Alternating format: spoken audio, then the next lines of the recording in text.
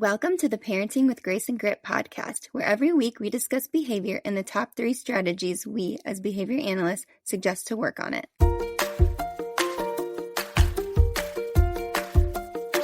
Hello, everybody. I'm Lauren, and this is Lacey. Hi, Lacey. How are you?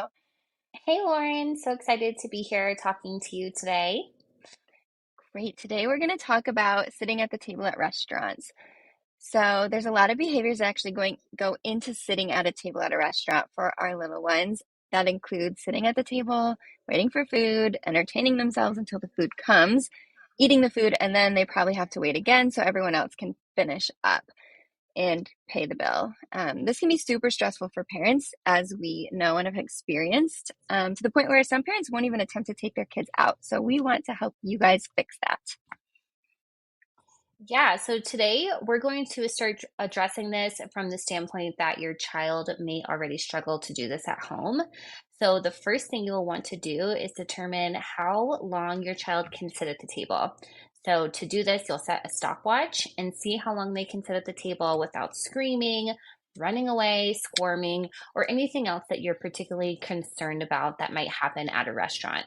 So let's say you do that and you find out that your child can sit for 3 minutes. That's wonderful. It's also okay if your child can't sit that long yet. So no matter how long your child can sit for, you can follow these strategies that we're going to go over to start increasing that time. So the first strategy we're going to talk about is called pairing the table. And in our field, pairing is just meaning that we are choosing an item, person, activity, in this case, sitting at the table.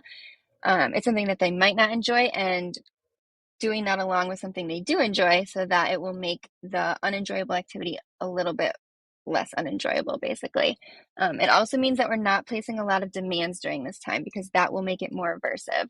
So you're going to find some activities that your child enjoys. These can be new things or things you already know that they love, and sit them at the table with that activity. There's not going to be any forcing them to sit. It's just bringing them and getting them interested in being at the table. You can make this really clear for your child. So, hey, we're going to go play with Legos at the table. Don't set a time limit. Just, show them the activities so they can start associating the table with fun and enjoyable things. At first, you probably want to sit close to them and praise them and tell them what a great job they are doing sitting and playing, especially if they're sitting calmly and quietly, because that's what we really want to do. So we're going to give them very specific praise, like, wow, I love how you're sitting so nicely, or you're doing such a great job playing with your Legos at the table. And you can really focus on telling them what a good job they're doing, not doing the behaviors you're concerned about, if that makes sense. So basically, like, if they are typically getting up and running around, you can say, I love how you're sitting. If they're typically getting up and, yelling and standing on their chairs, you can say, great job sitting and using your inside voice, and really focus on those good, positive things they're doing so they know exactly what they're doing right. Great. All right, strategy 2 is using rewards and breaks from the table to increase the time at the table. So now that we've talked about pairing the table with those things that they enjoy, and we know how long our child can sit for, we're going to use rewards to increase the amount of time at the table. So let's start with our 3-minute example. We've established that your child can sit at the table without running away, screaming, squirming, or anything else for 3 minutes. Before you start, have the table ready with some of those preferred items that you might bring with you if you're going to a restaurant. So maybe that's a coloring page or a toy, and then bring your child over to the table and say, we're going to sit at the table and stand on our bottoms and play for 2.5 minutes. The reason we're going to start a little below what we know they can do is because we want to make this very achievable for them. So you'll set a timer for 2.5 minutes. If your child sits for the whole time, does not get up, hit, scream, flop out of their chair, then you're going to make a really big deal. And you're going to give them that specific praise that Lauren talked about, like, wow, that's so amazing how you sat at the table the whole time. Now you can get up from the table and go play or do anything else besides at the table. So you can also provide them with something small for sitting at the table. So after you've given them that praise, you can also, give them a gummy and say, wow, you get a gummy for sitting at the table for those few minutes. After they can sit for 2.5 minutes over several days, you can slowly start to increase that interval. So we would recommend the intervals to look something like 2.5 minutes, then 3 minutes, then 5 minutes, 7 minutes, or 10 minutes, and then increasing by 3 to 5 minutes at a time until they're able to sit for the entire duration of the meal. Keep in mind, though, that with younger kids, they just may not be able to do this yet. And so keeping it short is totally okay. If you've noticed your child is really struggling at an interval, you can always bump it down so that they can succeed with that and then continue forward. So, for example, maybe you've moved them from 5 minutes to 7 minutes, but you've been working on 7 minutes for several days and they have not been able to sit. So now try 6 minutes instead. With this strategy, we're providing breaks from the table by letting them get up as soon as the timer goes off. And we're also providing some type of reward and specific praise when they sit for the entire interval. So keeping in mind that those two strategies were working with your child at home at the dinner table, now we'll talk about fading into different settings.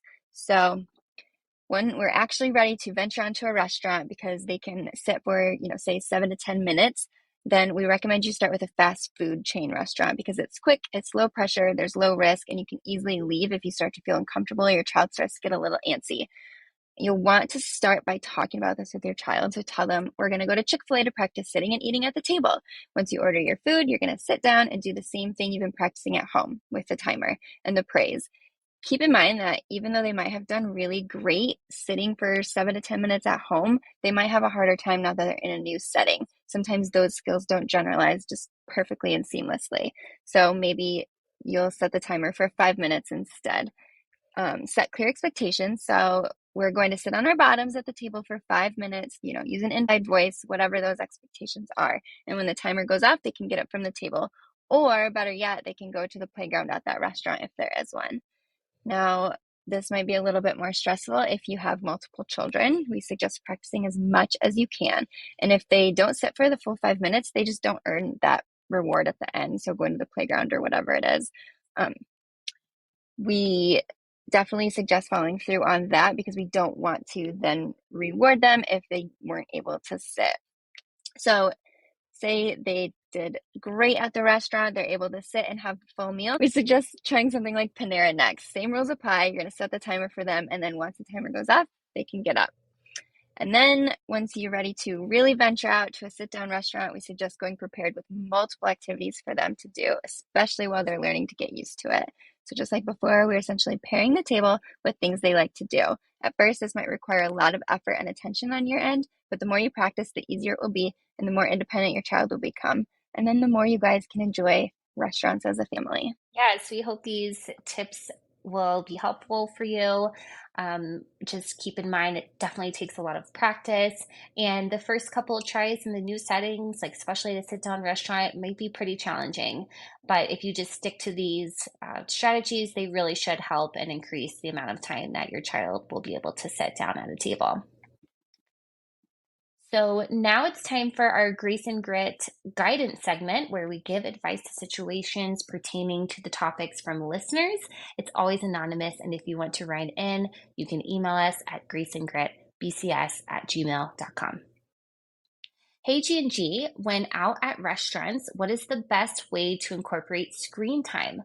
Sometimes I feel like my child isn't interested or it doesn't work. And then when their food comes, I can't get the iPad shut off and it just becomes a fight. Whew, I think that's a great question. Um, how you use screen time is completely up to you.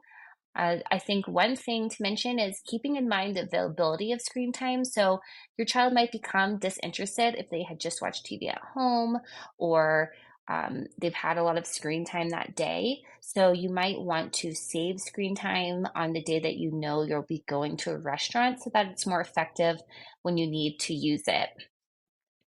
Um, any other suggestions, Lauren?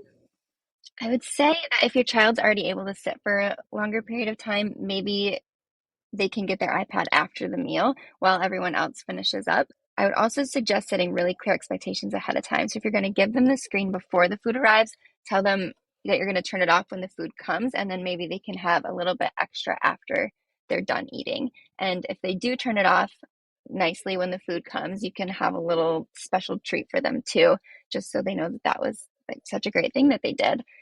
And then if you want to use the screen time, you can practice this at home as well beforehand. So practice turning it off when the food comes, giving it back, all those behaviors that you're concerned about. Really practice those at home before you bring it out to the restaurant, where then there's going to be the meltdown where you might have to remove them and stuff like that. Yeah, that's great advice. So, and I think Lauren might have just said this, but if you're worried about it at a restaurant where it's going to take longer to get your food and everything, it's a great idea to practice at a fast food restaurant or something like Panera, where it's, not as much time, but they still get used to giving up that screen time and then, earning it back. Awesome. We hope you found these tips helpful. And again, if you have any questions, please reach out to us. Great. Thanks, guys. Bye.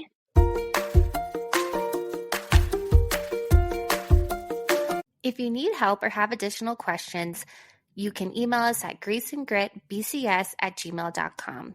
We also have free resources and products on our website. Visit us at graceandgritbcs.com. Thanks so much for listening to Parenting with Grace and Grit.